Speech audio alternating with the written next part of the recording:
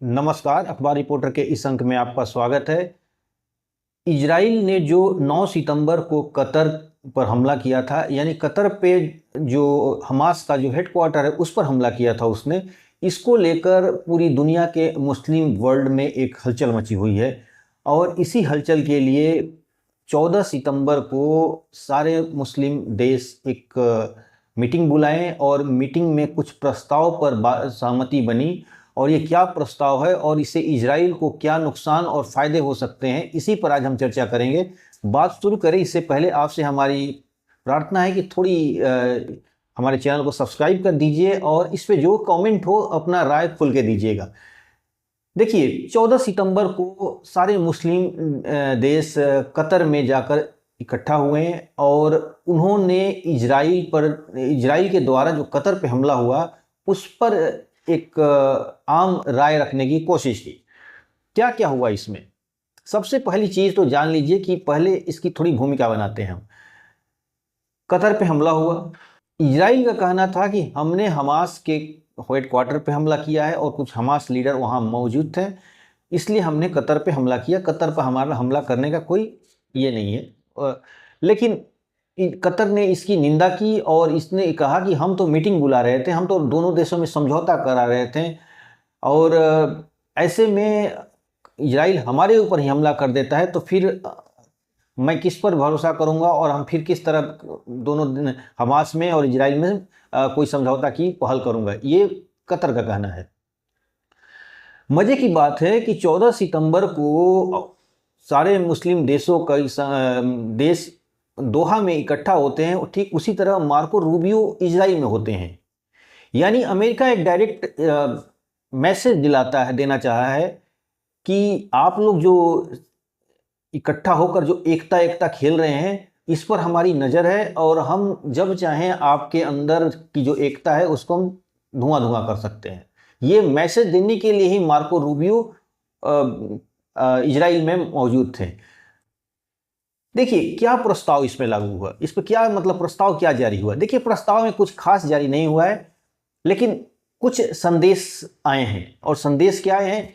पहली बात तो संदेश ये आए हैं कि हमें आर्थिक रूप से इजराइल को घेरना होगा। अब आर्थिक रूप से ये लोग क्या कर सकते हैं? गैस और तेल की सप्लाई रोक सकते हैं, यही कर सकते हैं। तो इससे कुछ फर्क नहीं पड़ने वाला इजराइल को, क्योंकि अमेरिका से उसको तेल और गैस मिल जाने वाली है और बहुत दुनिया के अलग अलग देश भी हैं। केवल आप अरब वर्ल्ड ही नहीं तेल और गैस उत्पादन करता है, दुनिया में बहुत जगह तेल और गैस का उत्पादन होता है और इजराइल वहां से भी ले सकता है। तो इसलिए इजराइल को घेरने वाला जो आर्थिक स्थिति है, आर्थिक जो एक ये लोगों ने घेराबंदी की कोशिश की करने की एक पहल की है, लेकिन उससे कोई कुछ होने वाला नहीं है।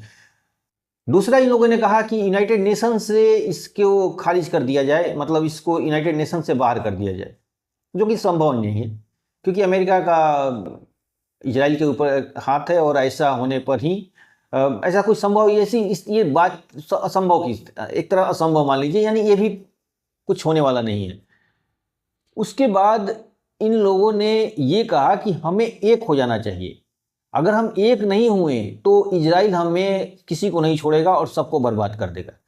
मजे की बात देखिए, ये लोग, ये मुस्लिम संगठन, जब ईरान पे इजराइल ने हमला किया था तो कोई नहीं आया था, कोई ने भी केवल मुंह से निंदा उंदा, पाकिस्तान ही निंदा बोला और अब बाकी सब दबे जुबान में कुछ फुसफुसा के रह गए, लेकिन किसी ने खुलकर ईरान का साथ नहीं दिया। क्यों नहीं दिया? ईरान के साथ इन लोगों ने इसलिए नहीं दिया क्योंकि ईरान एक शिया मुल्क है और ईरान ही क्यों, इन लोगों ने सीरिया पर भी बहुत सारे हमले हुए, उस पर भी कभी नहीं बोला। लेबनान पे हुआ, उस पर भी नहीं हुआ। अलग अलग मुस्लिम देशों पर हमला हुआ, लेकिन कभी इन लोगों ने नहीं बोला कुछ नहीं, अपना कोई ना मीटिंग बुलाने की कोशिश की, क्योंकि ये गरीब मुल्क थे, उन लोगों के पास पैसों की दिक्कत है, वो वहाँ पर एक तरह सिविल वॉर की स्थिति है। ऐसे में ये लोग अपना कोई, इन लोगों की चिंता नहीं थी। लेकिन जब कतर पे हमला हुआ तो इन लोगों की आंख कान नाक सब खुल गया, क्योंकि कतर एक अमीर देश है और उनको लग रहा था कि भाई हमारे ऊपर तो कभी हो ही नहीं सकता ये हमला, लेकिन इजराइल ने उनको भी ठोक दिया। तो इसके लिए ये लोग मीटिंग बुलाए और इसमें सभी लोग आए थे। पाकिस्तान की तरफ से एक प्रस्ताव रखा गया कि हम लोग एक नाटो की तरह एक संगठन बनाएं और एक आर्मी, सब लोग अपना बेस्ट आर्मी दें और ये हमेशा तैयार रहे और इजराइल से लड़ने के लिए।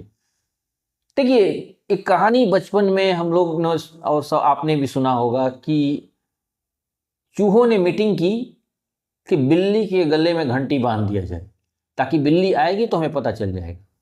लेकिन सवाल यही है कि बिल्ली के गले में घंटी बांधे कौन?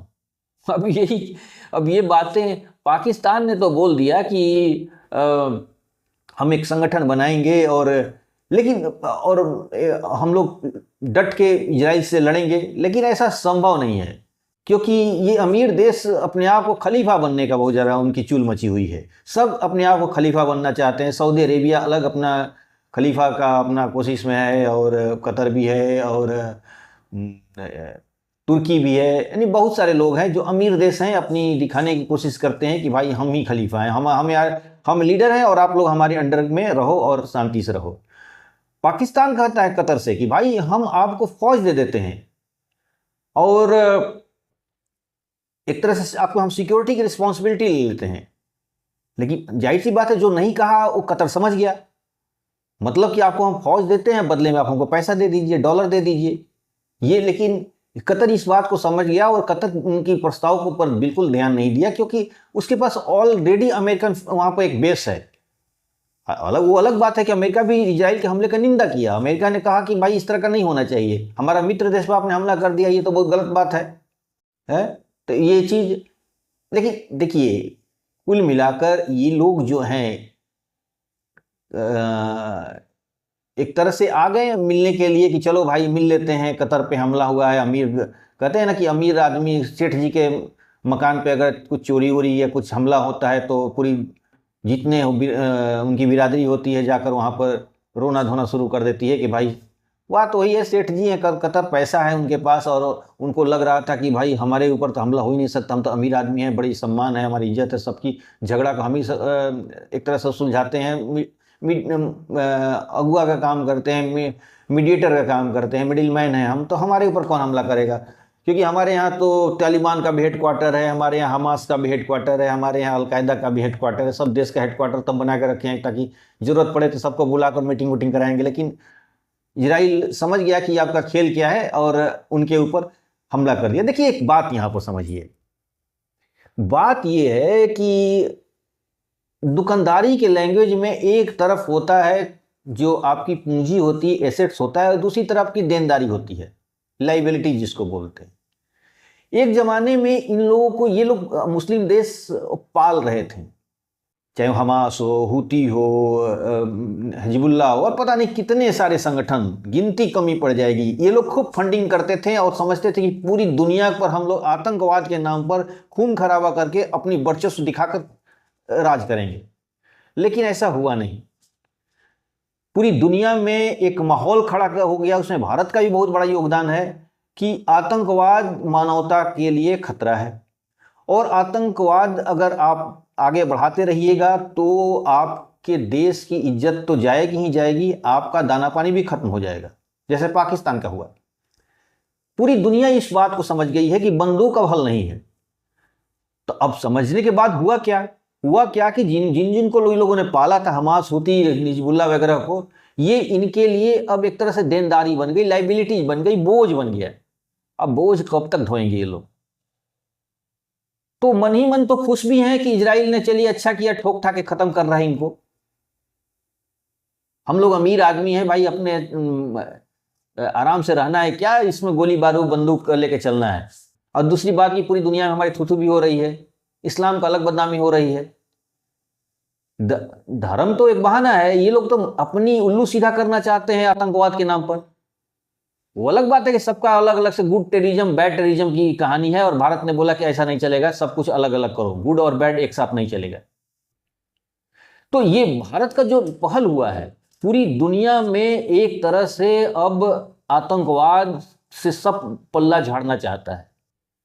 सब लोग अब चाहते हैं कि भाई दुनिया में आगे बढ़ना है तो व्यापार करो, बिजनेस करो, तरक्की करो, अमीर बनो, ताकतवर बनो, तब जाके दुनिया आपकी इज्जत करेगी। आप दुनिया भर के हथियार खरीद के घूमोगे और आपके पास खाने की 2 रोटी भी नहीं है तो आपकी इज्जत नहीं होने वाली है। इसीलिए ये अमीर देश है ना, अब ये चाहते हैं कि किसी तरह ये इन आतंकी गुटों से हमारा पल्ला छटे, और इजराइल जो कर रहा है ठीक कर रहा है, लेकिन चूंकि अब इज्जत भी दिखाना है कि हमारे ऊपर हमला, हम तो कहते थे कि हमारे ऊपर हमला नहीं हुआ, लेकिन इजराइल ने कर दिया हमला, तो एक इज्जत बचानी भी है, तो सब लोगों ने आगे, कहते हैं ना कि गांव में होता है, कोई किसी का कुछ हो जाता है, चोरी हो जाए या कोई नुकसान हो जाता है, तो सब आके उनके लिए कि पुछार बोलते हैं देहातों में, कि पुछार करने आ गए। तो वही बात है कि सब मुस्लिम लोग एक तरह से पुछार करने आए कि भाई क्या हुआ, बड़ा दुख हुआ, बड़ी गलती हो गई, अरे इजराइल ने बहुत गलत कर दिया आपके साथ, बड़ा, अब तो बड़े नेक आदमी हैं ये। तो यही बात थी, कुछ निकला नहीं इससे। वो पाकिस्तान, वो बोलते हैं ना कि एक बिन बुलाए मेहमान और राय खुश देना है।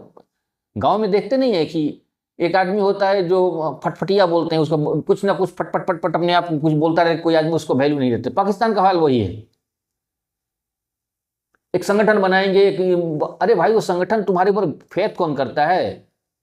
तुम कभी ईरान के साथ होते हो जो इनको पसंद नहीं है, यानी ये जो सुन्नी वाले लोग हैं उनके साथ पसंद, उनको पसंद नहीं है, तो कभी उनके लिए स्टेटमेंट जारी कर देते हो, कभी ईरान को ही तुम गाली देते हो, कभी तुम अमेरिका के साथ हो जाते हो, कभी तालिबान के साथ दोस्ती कर लेते हो, फिर कभी कभी तालिबान को ठुकवा भी देते हो।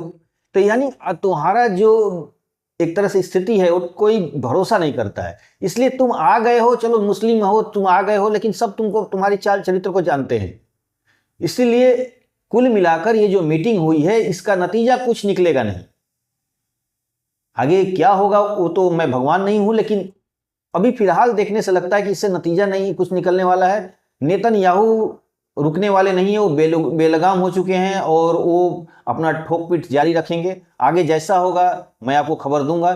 तो आज के अंक बस इतना ही। आपसे हमारी गुजारिश है कि आप हमारे चैनल को थोड़ा सब्सक्राइब कर दीजिए, लाइक कीजिए, शेयर जरूर कर दीजिएगा। धन्यवाद।